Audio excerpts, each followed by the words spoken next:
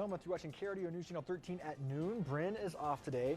Now, our top story at noon today, students at Frontier Elementary made the return to school today after being shut down for the last 3 days because of COVID-19. The decision to close was made after some staff and students displayed COVID-like symptoms throughout the week, resulting in isolations and quarantines. KRDO News Channel 13's Colby Crosley is live right now from Frontier Elementary, where kids are returning today, most of them. Colby, fill us in. Josh, after District 20 received test results back, most of the students that were in isolation or quarantine, including staff, were able to return to Frontier Elementary School today. At 8:15 this morning, students returned to Frontier Elementary School here in Colorado Springs. One class remains in quarantine as they continue to await one final COVID-19 test result. They were symptomatic. We haven't got a negative or positive. We're still waiting on those results. Once we get them, then we'll know the best path forward for that class. Last week, Frontier Elementary had to close their doors due to some students and staff showing symptoms of COVID-19.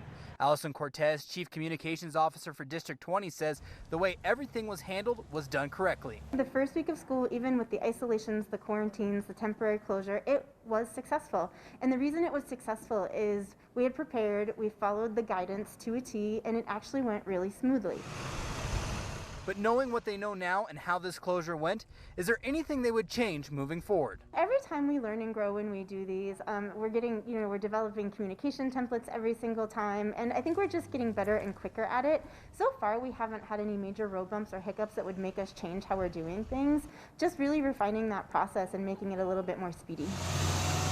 Cortez says that District 20 continues to ask both staff and students to conduct a daily symptom check before coming to school. Even if it's just a headache, we would rather you stay home, get well.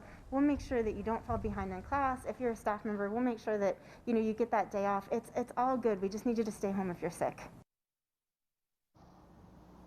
And to emphasize that point again, the biggest issue that they saw last week was students and staff members showing up to school showing COVID-19 symptoms. If you have any symptoms at all, even as Allison said, a minor headache, it's best that you just stay home. Here live in Colorado Springs, Colby Crosley, KRDO News Channel 13. All right, thanks, Colby. Today's